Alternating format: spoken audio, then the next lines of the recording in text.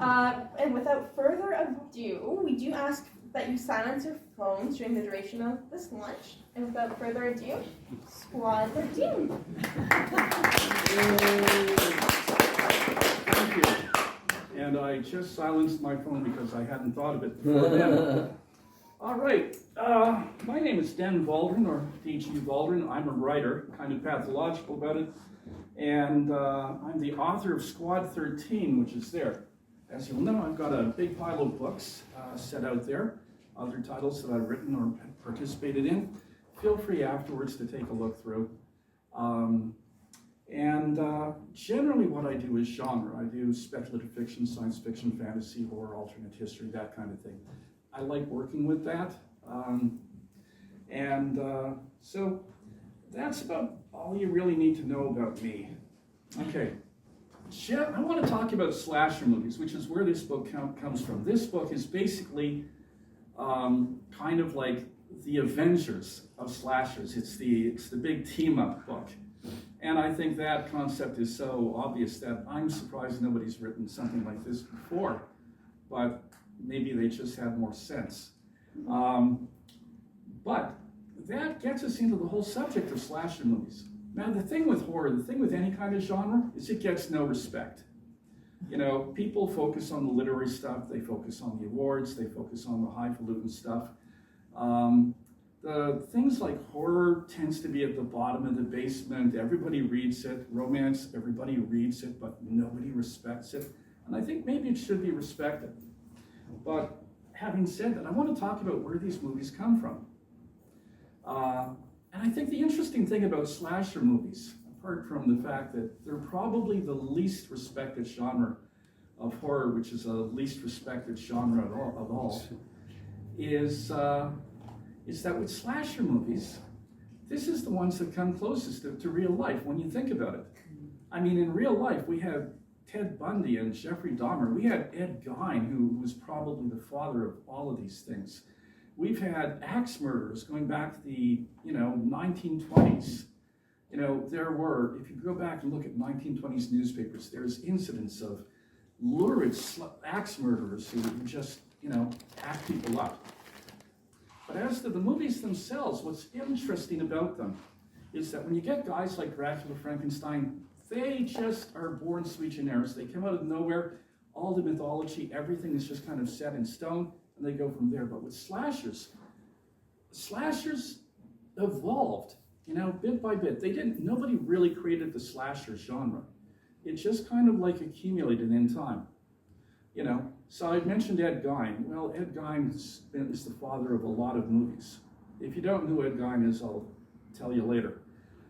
But he was this guy in, say, Plainsfield, who, murdered a few people and used to wear his mother's skin.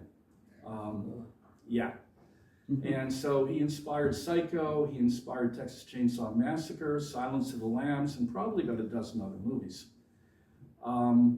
But for the slasher genre, I think the first official slasher was a Canadian film. It was Black Christmas back in 1973. Yes, scared the crap out of me. me. Good. It did its job then.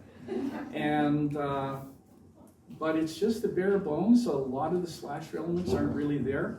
And then the next year, in 1974, came Texas Chainsaw Massacre, which was dark and disturbing and brought us Leatherface and the chainsaw. And the underlying horrific elements of the slasher is kind of the world gone wrong. And then in 1978, well, one thing I'll say about Leatherface, he was actually a supporting character. He wasn't the star. This was a movie where everything was just mental and awful, and Leatherface was just one more thing. He was a supporting player, not the father of all slashers. Halloween probably has a good claim as a seminal slasher with Michael Myers, the big shape with the mask. That was 1978. But the interesting thing about Halloween in 1978 was that nobody really had any idea of what it was or how it would be successful or what the tropes meant. So they did a sequel because the first one had made money. And then they had so little faith in the idea that the third movie was completely unconnected. Michael Myers wasn't in, there were no slashers, it was just some supernatural mask, sci-fi thriller. And that bombed so heavily, so they went back to Michael Myers. But again, nobody really expected anything out of this, so the rights issues with Michael Myers in the Halloween series was all over the place. And then comes Friday the 13th in 1980. Jason isn't actually in Friday the 13th, believe it or not. It's about his mother. Jason only has this tiny little cameo right at the end. But Friday the 13th is one of the seminal slashers. Jason doesn't actually appear as the killer until the second movie. He doesn't get his hockey mask until the third movie, and it's not until the fifth movie that he's finally the unstoppable zombie we've all come to know and love. Is that mental? And so what we've got with all of these seminal films is the pieces are out there, and they're kind of floating around and coming together, and they start to evolve into this kind of classic monster that we have begun to see in popular culture. And give me a sec, I'm on a roll here. And if we look at a lot of these movies, what you notice is that they're often stupid and inept. They're cheaply made by amateurs in many cases. And that's because it lends itself to. I mean, for instance, if you're starting out as a filmmaker, you're not going to make Mission Impossible. No money, no budget, no skills, etc. And nobody's going to watch your version of Mission Impossible. But if you do a slasher, you've actually got a chance of getting it done. You've got a chance of actually making money because there's an audience for it. And a lot of the tropes that we associate with the slasher genre come out of these cheap, stupid movies because they were accessible. The 10 Little Indians story style script, killing one by one by one. That's where it comes from. It comes originally from Mysteries and Agatha Christie, but from here. Then you've got you've got various other things. You want a cheap location, so you find someplace broken down where you can be left alone. You get a cast of brand new actors who aren't getting paid very much, so you're not expecting very much. Nobody really knows what they're doing, so the script is kind of weak, and then things happen. Because you're not invested in the characters, you have to invest in the kills, so you have to make the kills interesting. The killer has to be a mystery because that's where it comes from. So you do the point of view shots of the killer. And from that you evolve, well, maybe the killer is masked or wearing a hood, so that all comes together. And again, because you're just slapping it together, the killer becomes unstoppable. He just takes up damage, keeps on getting up. You've got jump scares and spring-loaded cats. You have the killer showing up in places where it's physically impossible for them to get from one place to the other, almost like they're teleporting, and all of this. And so from this, we get the image of the slasher as this unstoppable masked maniac, this killer who's out there doing up-close and personal atrocities, working his way through a list of people. He's masked, he's hulking, he's often, dressed in basically overalls or so super casual. They're not spending a lot of money on costumes. And it becomes actually iconic. I remember in the 80s and 90s, I would talk to teenagers, which is maybe admitting how old I am. And they were eating these movies up like popcorn. They loved them. They had this is what they were looking for. And I always thought that was kind of interesting because they were the victims in these movies. They were fascinated by all these movies in which they, or people just like them, were getting slaughtered in horrible ways. But it makes sense when you think about it because what these movies are really about is not the killers, but the victims.